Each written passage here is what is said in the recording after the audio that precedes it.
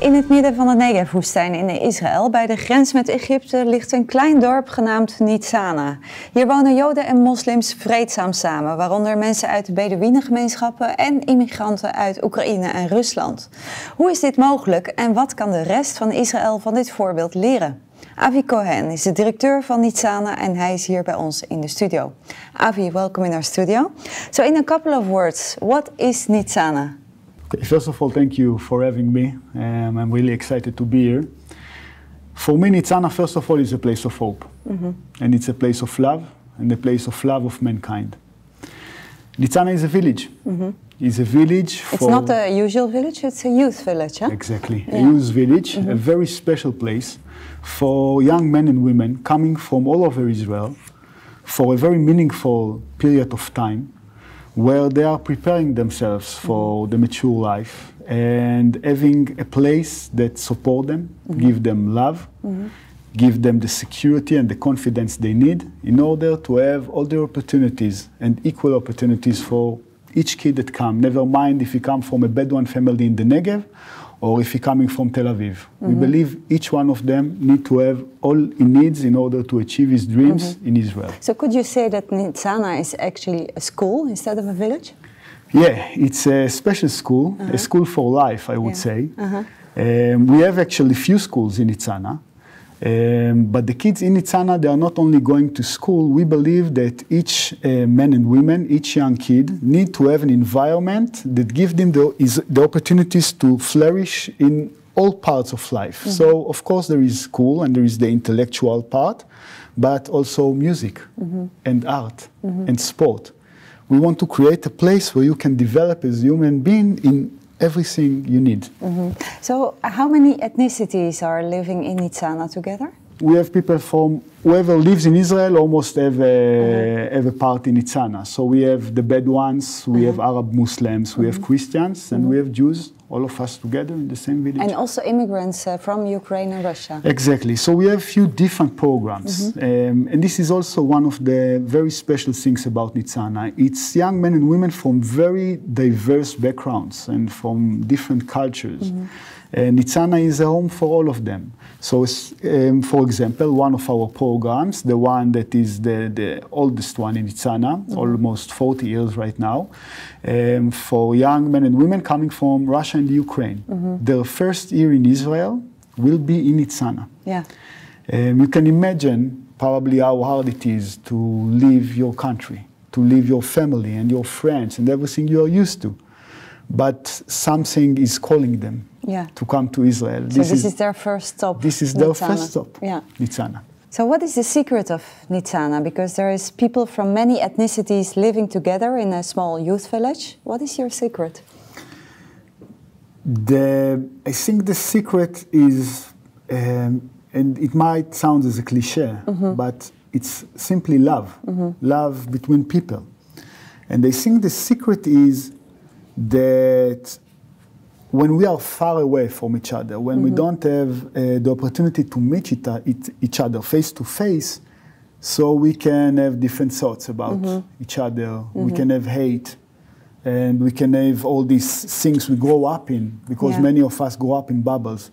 But if me and you, if we meet each other and we grow up in the same environment and we have the opportunity to speak and to know each other, our fears, our dreams, then there is an opportunity to connect, because we believe that the differences are not the main thing, because we have so much in common as human beings, and we are living in the same country, and all of us want the country to be successful. Yeah, but it sounds like the ideal world you're describing. You know, everybody is together, everybody is working together with love, but I'm sure there are also tensions between each other, right? So many tensions.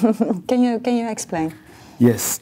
Everything I described to you, it sounds ideal because this is our lighthouse. This is where we are inspiring. This is the goal. This is the goal. Of course, the way, like everything in life which was working for, the way is hard, very hard. And the young students that arrived in Nitzana, it's very weird for them. And of course, when something is different than you used to, you are trying to protect. Yeah. Can you give an example of this? What happened in the past that you think, oh, this was a difficult moment, but we resolved it? I think, for example, some of the Jewish young, in the age of 15, arriving to Nitzana, so I came to make conversation with them. It was really in the beginning. And I saw them holding these sticks, long wooden sticks. And I asked them, why are you holding these sticks? And they told me, what do you mean? Because there are Bedouins. For protection. For protection. And I told them, you don't need the sticks. You will meet them. They are lovely boys, and you will get along together. But of course, in the beginning, there is fear. And there is also different way to see things. And for example, the Bedouin. Some of the students arriving to Nitzana suffered from different things in their life. For example, violence. There is a lot of weapon in the Bedouin parts, and they come and they are sometimes insecure, and they don't know if they can trust us because we are Jews. But how do you convince them? This is again going back to the secret of Nitzana, simply by living together. So day by day, you can prove your responsibility for them by what you do, by giving them the best teachers, by giving them the art classes, and for example, many of them coming to the swimming pool, and you see a boy in the age of 15 looking at the swimming pool, and this is the first time he's seeing a swimming pool, and he's like, like this. And then they see that good things happen to them in Nitzana. If they are coming in, if they are putting the effort. I must say, not everyone succeeds. No. What about when 7th of October 23 happened? The war in Gaza was there for 2 years. Did it have an impact on the people living in Nitzana? Of course. What happened? It's a bit difficult to speak about it because it was really a painful moment. I would say that even before the war, Nitzana is a very special place. It's not so common that you see people from so different places come together. Muslims and Jews and new immigrants and people that born in Israel. So at the beginning, it's already a special place, very sensitive, very delicate. You have to handle it very carefully. And then, of course, but then this war happens. When something so big happens, it was an earthquake. And I remember that the Arab staff, because it happened in Saturday, so most of the staff was outside from Nitzana. And the Arab staff, some of them called me and they told me, we can't come tomorrow to the village. Why not? We are afraid that we will be killed, that there will be a revenge on us. And then I invited everyone to a Zoom meeting. And I told them with tears that even in the darkest moments, even right now when dark is all around us and pain and violence, we have to hold hope. We are holding the hope, never letting it go. And this is our biggest test. And I promised them with my life that they will come and that they will be protected and we will go through it together. And some of them decided to come, not all of them. It took time. Yeah. But some of the staff came. And then the kids came.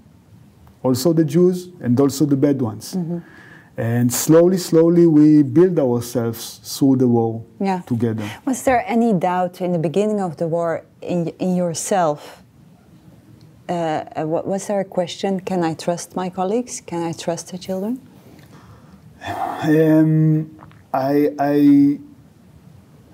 I don't think I questioned it, but it was so difficult because we went to war. I myself also. And then you see the videos from the kibbutzim at the Otef, and the language of the terrorists. You mean the videos that they made themselves, the terrorists? Yes, huh? With the GoPros. Of the unspoken violence that has been there, and the language is Arabic, and this is the language of your kids and of your fellow members that you work with. So it's difficult. So it's so difficult because you hear the shouts, and then it's so difficult to describe the pain that we had in the 7th of October. So of course everything got connected. So it's difficult, but as people I never questioned them. No. I just hope that we will be strong enough in order to go through it together, because it's easily could be broken. Yeah. Yeah. So you described that after October 7th, first the staff came together, or part of the staff came together, then the children came together. But afterwards, when things are back to normal, even though there is a war going on in Gaza, was Nitzana just back as it was before the war? No. No. Now in the Israeli reality, and especially in Nitzana, there is so much pain. And some of our people died in the war. Some of my staff from Nitzana died in the war. And the Bedouin families, some of them have families in Gaza. So also some of them been killed. So you need to understand that everything happening in our world was surrounded by pain and by questions and by fear what will be. But what we are trying to do as a community is to take the mission to be a beacon of hope. And everyone in Nitzana, when they decided we still believe, we are here together, so we also got that power, and the soul opening, because we understand our mission is that in the time of dark to be the light. And I think you can find it from the kids to the manager, all of us in it together. Right. So it also gave us protection from the pain, and also gave us a sense of meaningful in what we are doing. Yeah, you sometimes also have discussions, for example, with the staff about politics or about what should be the solution for the war? Yes, so as I told you, there was, of course, tension, especially in the beginning. And I remember sitting in one of each program as a manager, so we have a table, we're sitting all the managers together. And suddenly, one of the managers of the Bedouin program and the manager of the Russian program, I felt something is, going almost become violent in the room, in the meeting. So I understand that we have to do special conversations, and we brought people that are expert in doing this kind of hard like counseling. Yes, like counseling. Also Arab and also a Jew. They were two. They were doing this together, and they took us and we dove with them to the hardest subjects there are, because we want to be friends. We are friends. We are colleagues. So even though on a political level you don't agree, but you still are friends. Of course, sometimes we have disagreements, and most of the time we are trying to put it aside. But now I understand that if we put it aside, it will come out not good. So we decided that we open the things, even if it's hard, even if it demands everything you have, and do it with people that we trusted in. And this really helped us to connect again. In what way is Nitzana, the things you are sharing with me now, in what way is Nitzana an example for the rest of the country? Okay, so I think now one of the biggest threats on Israel, and it always been, for my belief, it's not our enemies from the outside. I am not afraid of Hamas, I'm not afraid not from Hezbollah, and not from Iran. I think our biggest challenge is the connection between us, between the Israelis. There are, our last president called it tribes. There are different tribes in Israel. And I think now that we already have Israel, we have to find a common vision and the common values that both of us believe, even if we have differences between us. And this is what Nitzana is doing. Yeah. We are trying to make an example of very different people living in the same village and becoming a better people because we're living together. But on the other hand, if we zoom out and we look to the country of Israel, we see that you have Bedouin villages, you have Arab villages, you have Jewish villages, you have Christian villages, and it seems like people are living in their own communities, but maybe not have so much contact with each other. So do you think that's a good thing, or do you think Israel should change something there? So you can see it even not only with the Christians and the Muslims, but also inside the Jewish community. We have the seculars, we have the ultra-Orthodox, we have the Tzionut Datit, we have very different groups. They live separately, yeah. And all of us are living in bubbles. And yes, I can see that there are some good things about that you can live the way you want and you can do everything you want. But in the end, we are the same country, we are the same people. When we are going to serve the country, let's say, for example, in the army, and you will take a tank. In a tank, you have 4 people. And you will see the people from all over Israel. And we will need to build this country. We are building it together. When Hamas came to kill Israelis, it didn't make a difference. If you are Bedouin, if you are Orthodox, if you are Jew, or if you are Christian, we were all the same. We are all the same. So I believe we have to find a way, because now we are living in bubbles. And I think we need to find a balance between, yes, living in communities, it is nice, but also to build a common ground that we can work together to connect in order to build the country together and take responsibility together. For example, now to the army, only 30% of the Israeli people will go. This is unacceptable. Yeah. So let's talk about the Bedouin community, because you also have a lot of Bedouin children in Nitzana. Do Bedouins see themselves as Israelis or as Palestinians? So I would say it's very personal. Some of them do see themselves as Israelis, some of them maybe as Palestinians, and some of them don't understand where they connect to, which is a very difficult feeling. The situation wasn't like this 20 years ago. I think as a country, we weren't professional enough in order to create the reality that the Bedouins connect to the core of the Israeli society. That they feel part of the society. They feel far, they drifted from the Israeli core. Because they are nomads, and they have a culture of nomads, so it's very difficult how you solve the problem with the land and with the houses. So because of it, they are drifting away. And as a country, sometimes we looked away, and we don't believe in looking away. And there are many things you can do working with the Bedouins. We believe in education and in love, making education a gate for them to coming back to the Israeli core. So when Nitzana started, the school, and when you thought, okay, it would be good to connect also the Bedouin community, what was their reaction to this project? Did they trust it? First of all, they really suspected us. Like, what's going on? Are you talking the truth? Maybe you want to make us Jews, and you make us want to go to the army. And they didn't trust us at the beginning. I think this was the main challenge, how we create trust. How did you convince them? So we went to the villages. We went to their places, and we spoke many nights together. And I think we began with the leaders of the tribes. You speak Arabic also? Yes, not that good, but... and we sat with the leaders of the tribes, and we understand them. We explain the goals and the vision and what we want to do. And once they understand and wanted to give it a chance, so they become the messengers for the Bedouin families. And it began slowly with 15 students, 20 students. And now it's already 150, and there is no more place. No. So do the Bedouin children have specific challenges that you have to address in the school? Yes, definitely.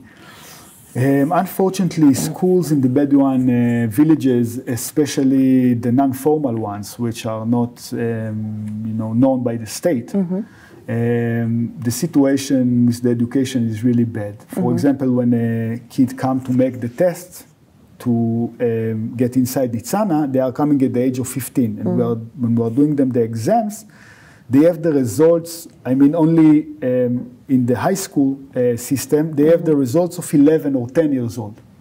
So we have something like 4 or 5 years gap in the situation when they arrive to Nitzana. So we need to work very effectively and very hard to bring them, and they are smart, amazing boys.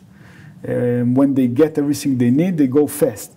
But there is such a big gap we have to go through. Right. And the second gap is the language, which is also the biggest opportunity. Because you teach in Hebrew, I think. We teach in Arab, but for me, I want them to connect to the Israeli society, and I want them to go to university. And as you know, the university you study in Hebrew. So my main goal, one of our main goals, is to help them to speak Hebrew. And I know if after 4 years in Nitzana, he could sit in front of you and speak fluent Hebrew, then the chances they will get in the Israeli society will be much higher. Much bigger. And about teaching Hebrew, because there is also 110 Olim coming from Russia and Ukraine, and Olim is the Jewish people making Aliyah, so coming to live in Israel.